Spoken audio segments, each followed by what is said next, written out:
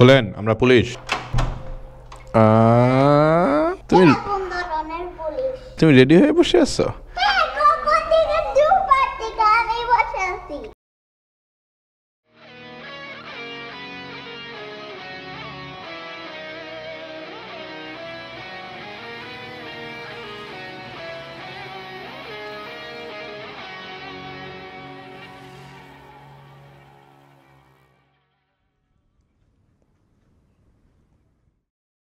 অনেক দিন পরে আমাদের এই রাস্তাটা দেখাইতেছি। রাস্তাটা ঢালাই হয়ে গেছে, প্রায় 8-10 দিন হয়ে গেছে, তাদেরকে দেখানো হয় নাই। কি সুন্দর ব্যাপার, বাইক চালায় বাসার সামনে যাইতেছি প্রায় 5-6 মাস পরে। না আসলে তখনও চালায় যাইতাম, কিন্তু ঘটনা রাস্তাটা ভাঙার কারণে খুব বেশি প্যারা দিত। আমার বল রেসার বেশ কয়েকবার টাইট দিতে হয়েছে, কারণ এই ভাঙা জায়গায় ঝাঁকিতে উঠতে নামতে অবস্থা একদম খারাপ হয়ে গেছিল। নতুন দিনের আরেকটা ব্লগ শুরু করলাম। আজকে আসলে দুপুর এখন প্রায় 1:30 হয়ে গেছে। এখন সরাসরি যাবো লালমাটিয়ার দিকে, আর যেতে যেতে আপনাদের সাথে কথা বলবো। তবে আজকে আরেকটা স্পেশাল ব্যাপার আছে, বনুকে নিয়ে আসবো বসুন্ধরা থেকে রাতের বেলা ইনশাল্লাহ, আল্লাহ যদি সবকিছু ঠিকঠাক রাখে। তো বনু আজকে রাতে আমাদের বাসায় থাকবে। তো বনু ব্যাগ ট্যাগ গুছায় একদম রেডি হয়ে বসে আছে যে চাচ্চু কখন আসবে, চাচ্চু কখন আসবে। আপাতত আমি অফিসের দিকে যাচ্ছি, অফিসে বেশ কিছু কাজ আছে, কাজগুলো সব শেষ করব। শেষ করার পরে যাব বসুন্ধরায়, আর বসুন্ধরা থেকে দিন আসবো খিলগাঁও। তো এই সারাদিনের ব্লগে আপনাদেরকে স্বাগতম। তো চলেন ভিডিও শুরু করা যাক। একদিন আগে বাইক ওয়াশ করছি, দেখছেন ধুলা বালি লাইগা কি অবস্থা। না একদিন না, মানে 2-3 দিন হয়ে গেছে প্রায়, কিন্তু তারপরও এই শীতের দিনে প্রচুর পরিমাণে ধুলাবালি, এই জিনিসটা খুবই ডিস্টার্বিং। যদিও আমি বাইক ক্লিনের ব্যাপারে একদমই সচেতন না। মজার ব্যাপারে হচ্ছে আমার নিজের সার্ভিস সেন্টার থাকা সত্ত্বেও মানে বাইক ওয়াশ করতে আমার টাকা লাগে না, কিন্তু তারপরে আমি সচেতন না, টাইম পাই না, বেশি নোংরা হয়ে গেছে। এবার একটা পাগলা ওয়াশ দিতে হবে, তেল তুল মার গা পাগলা ওয়াশ। শুধু বাইক না, হেলমেটটাও ক্লিন করা দরকার। হেলমেটের গ্লাস থেকে শুরু করে বাইরে ভিতরে একদম ভয়ঙ্কর ময়লা অবস্থা হয়ে গেছে। উইন্টার একদমই ক্লিন করা হয়নি, আর হেলমেটও উইন্টার কিন্তু প্রচুর ময়লা হয়, আর হেলমেটের গ্লাসটাও পাল্টানো দরকার। বাট এই মাসে হেলমেটের গ্লাস পাল্টানো হবে না। গ্লাস না পাল্টায় যেটা করব, একটা পিন লক লাগাবো, ইউনিভার্সাল পিন লক। হায় রে, পোস্টার শুরু হয়ে গেছে। মানে এত সুন্দর একটা স্থাপনা, এটার মধ্যেও পোস্টার লাগাইতে হয়? মানুষজনের কি একটুও কমন সেন্স নাই? এই যে দেখছেন, আরে ভাই আপনারা যারা পোস্টারগুলো লাগান, আপনারা কি আপনাদের নিজেদের ঘরে লাগান? এখন মার্কেটিং করার কত ইজি ওয়ে আছে, মানুষজনের কাছে মেসেজ পৌঁছানোর কত ইজি ওয়ে আছে। বা পোস্টার লাগানো তো এগুলো স্পেসিফিক জায়গা না, এই যেগুলো ওখানে উঠাইছে এগুলো তো ছিল, এই যে পোস্টার লাগাই রাখছে। এই পোস্টার নিয়ে এর আগে আমি অনেক কথা বলছি, অনেক ভিডিও বানাইছি। এই যে প্রত্যেকটা জায়গায়, মানে ভাই এগুলো নিয়ে যদি সিটি কর্পোরেশনের থেকে মামলা করে দেওয়া উচিত বা জরিমানা করা উচিত আর কি। মামলা বলতে জরিমানা কথা বুঝে গেছি। এগুলা কিন্তু খারাপ, এটা হোক গভর্নমেন্টের, হোক বিরোধী দলের, হোক কোনো ওই যে বর্ণালী হোস্টেল, যেই হোক না কেন, এই যে ভাই এইগুলা করেন না। আপনারা আপনাদের নিজেদের ঘরের দেয়ালে কখনো পোস্টার লাগান, নিজেদের বাড়িতে পোস্টার লাগান, এগুলো নিয়ে কথা বলেন আপনারা। যদিও আমি জানি এগুলো রাতের বেলা লাগায়, কিন্তু নজরে পড়লে এগুলো থামান, একটা লিমিট আছে, ঠিক আছে? এমন সুন্দর একটা জায়গায়, মানে নতুন হয়েছে, মাত্র রিসেন্টলি উদ্বোধন হয়েছে মেট্রো রেলের এই পিলারগুলা।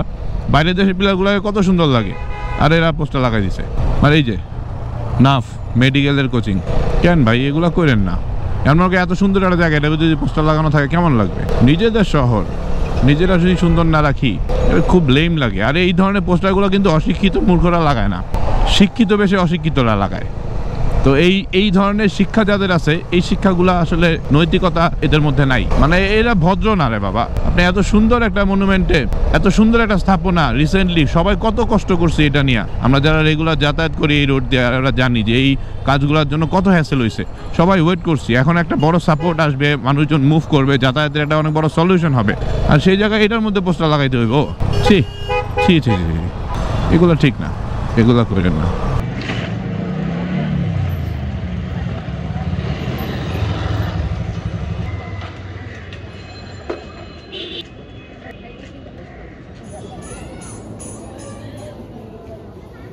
এখনকার সময় উইন্টারটা এমন সিচুয়েশন হয়ে গেছে, শীতের জন্য সকালবেলায় যদি মোটা কাপড় পরে বেরোন তাহলে গরম লাগে, আবার যদি পাতলা কাপড় পরে বেরোন তাহলে সন্ধ্যায় শীত লাগে।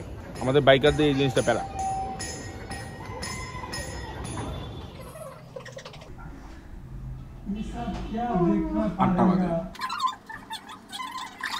মানে বুঝতেছেন, মানে গুছায় বেরোতে বেরোতে অনেক সময় লাগে।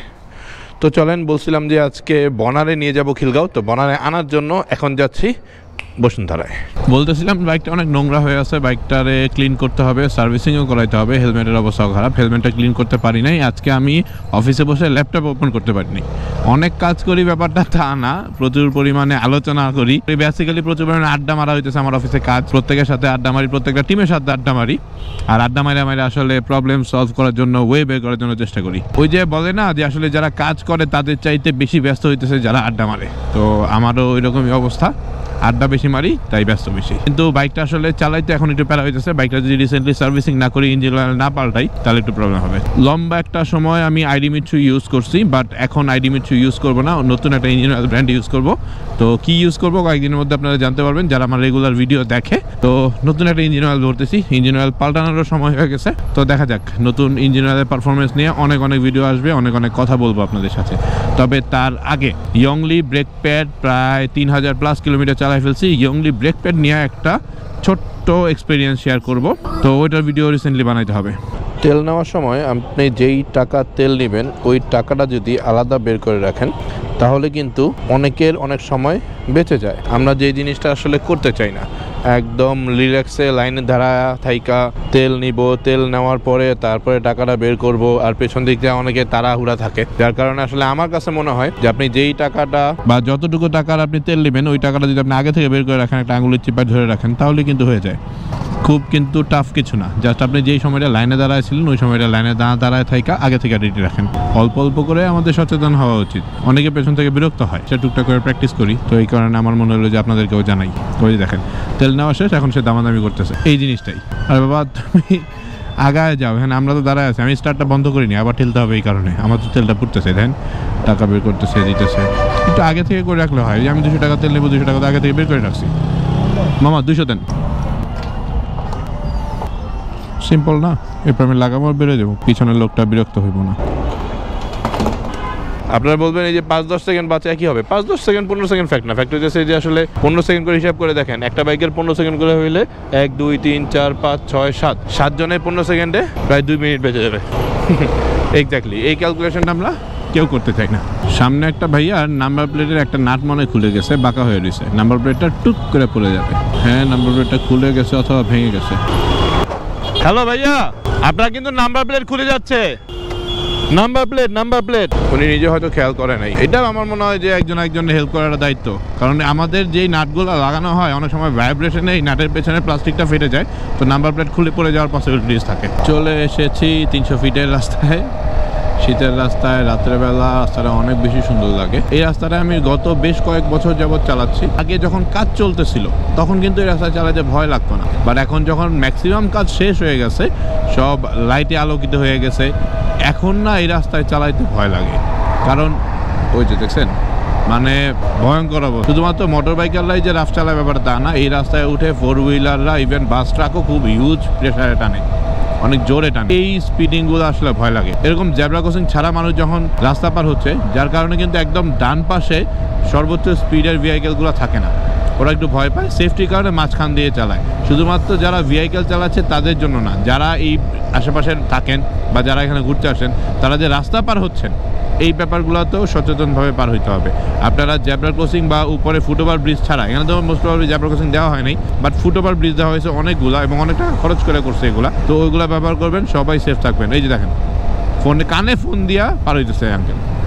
এনারে যদি দরকার জিজ্ঞেস করাই যে কেন আপনি কানে ফোন দিয়ে কেন পার হইলেন, এখানে কোনো জবাব থাকবে না। তো এই জিনিসগুলো আপনাদের সচেতন হতে হবে। যদি মানুষজন এলোমেলোভাবে রাস্তা পার না হয়, তাহলে কিন্তু ভেহিকেলগুলো আরও কনফিডেন্টলি একদম ডান পাশের লেন দিয়েই 80-তে চালাইতে পারবে, মানে ম্যাক্সিমাম স্পিডটা নিতে পারবে। তো ওই জায়গা থেকে এই জিনিসটা ইম্পর্টেন্ট। তো আমার মনে হয় সবাইকে সচেতন করেন, একজন আরেকজনের ট্যাগ দিয়ে বলেন, মেসেজ দিয়ে বলেন। কেউ যদি এই রাস্তার ছবি ভিডিও দেখেন, তাদেরকে আপনি মনে করায় দেন সেফলি রাইড করার জন্য, সেফলি ড্রাইভ করার জন্য এবং সেফলি চলাচল করার জন্য, সেফলি রাস্তা পার হওয়ার জন্য। প্রত্যেকটা ব্যাপারই কিন্তু একটা আরেকটার সাথে কানেক্টেড। ম্যাক্সিমাম পিপল যখন সচেতন হবে তখনই আসলে দুর্ঘটনার আশঙ্কা কমবে। তো বেসিক্যালি বসুন্ধরা চলে আসছি, কিছুক্ষণ পরেই বনার সাথে দেখা হবে। বনা অনেকক্ষণ ধরে ওয়েট করতেছে, অলরেডি আমি লেট, তো চলেন আগাই। চলে আসছি। ও আল্লাহ জানে বনু কি চিল্লানটা দিব, কারণ সে অনেকক্ষণ ধরে ওয়েট করতেছে। খোলেন, আমরা পুলিশ। তুমি ও এটা কোন ধরনের পুলিশ? তুমি রেডি হয়ে বসে আছো? দুপুর থেকে রেডি হয়ে বসে রয়েছো? ও সরি, কিন্তু আমি তো সন্ধ্যার পরে আসবে এটা আগে থেকেই জানা, তুমি দুপুরে কেন রেডি হয়েছো? আমাদের এই বাসা থেকে কি করবো, চলো আমরা চলে যাই। কিন্তু আরো শীতের কাপড় চোপড় লাগবো তো, নাহলে তো ঠান্ডা লাগবে অনেক। ও অর্ধেক হয়েছে, ওকে। সবাই ভাবতেছে তুমি ঘুমায় যাবে, এটা কি সম্ভব?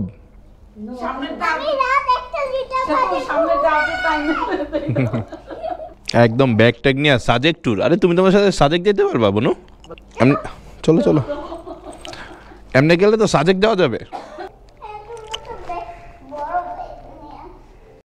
Tata tata. চলো আমরা এখন খিলগাঁও না যেয়ে অনেক জায়গায় ঘুরতে যাই। চলো মাওয়া ঘুরতে যাই। মাওয়া, তুমি মাওয়া চিনো না? ও, পরে ব্যাগের ভাড়া এবার পড়ে যাবো না তো? পারবা তো বসতে? চলো চলো চলো। ও হ্যাঁ, পাড়া দিয়ে উঠো। তুমি সকালবেলা খেলো? কি খেলো? ব্যাডমিন্টন খেলি, এরপরে ফুটবল খেলি। ফুটবলও খেলো? বাপ রে বাপ, মজা লাগতেছে? ঠান্ডা লাগলে বললো। মাস্ক উঠাইছো? ওকে, তো চলেন আমরা বনুরে নিয়ে এখন যাবো কোথায়? হ্যাঁ, আম্মির কাছে, মানে খিলগাঁও। আমরা তো বনুরে নিয়ে পুটু পুটু করে যাচ্ছিলাম, কিন্তু এই বাইকটা দেখা তো আমার চোখে লাগলো, ওরে বাবা স্পিড, ও টানতেছে ক্যামেরা দেখছেন, আবার কোলের মধ্যে পানি রাখা, তার মানে কি basically it's a electric cycle I think. হ্যাঁ ভাই এটা কোন কোম্পানির? কত দিয়ে কিনছেন এটা? 50,000? বাপরে, কত উঠে টপ? টপ কত উঠে? অনেক সুন্দর। কোন জায়গায় শোরুম? বংশালে না? কতক্ষণ চলে ব্যাটারি একবার ফুল চার্জ দিলে? 2 ঘন্টা চার্জ নেয়, আর এমনি তো আপ ডাউনে আপনার 30 কিলোমিটার চালাইলাম। না সুন্দর আছে, স্পিড ভালো। অফিস টু বাসা এই তো আর কোনো জায়গায় যাই না না সুন্দর। 2 ঘন্টা চার্জ দেয়, বাট সে নাকি রেগুলার 30 কিলো চালায়, বাট সে জানে না কত কিলো যায় টপ, মানে সে জানে না ফুল চার্জে কত কিলো যায়। বনু কি এরকম একটা কিনতে চাও? ওকে, তুমি আরেকটু বড় হও, তোমার একটা কিনে দিব। ইলেকট্রিক বাইকের একটা রেভুলেশন আসতেছে, আপনারা স্বীকার করেন আর না করেন, আপনারা মানেন আর না মানেন, ইলেকট্রিক বাইকের একটা রেভুলেশন বাংলাদেশে খুব তাড়াতাড়ি হবে। কি কি নিয়ে আসছো? এই যে বনু তার আম্মির বাসায় আসছে দেখে এগুলো নিয়ে আসছে আম্মির জন্য। তোমার কি মনে হয় আম্মি জেনে গেছে আমরা চলে আসছি? মনে হচ্ছে। তাহলে কি আমরা চুপি চুপি বাইক নিয়ে ঢুকবো? ঠিক আছে চলো। মাশাআল্লাহ,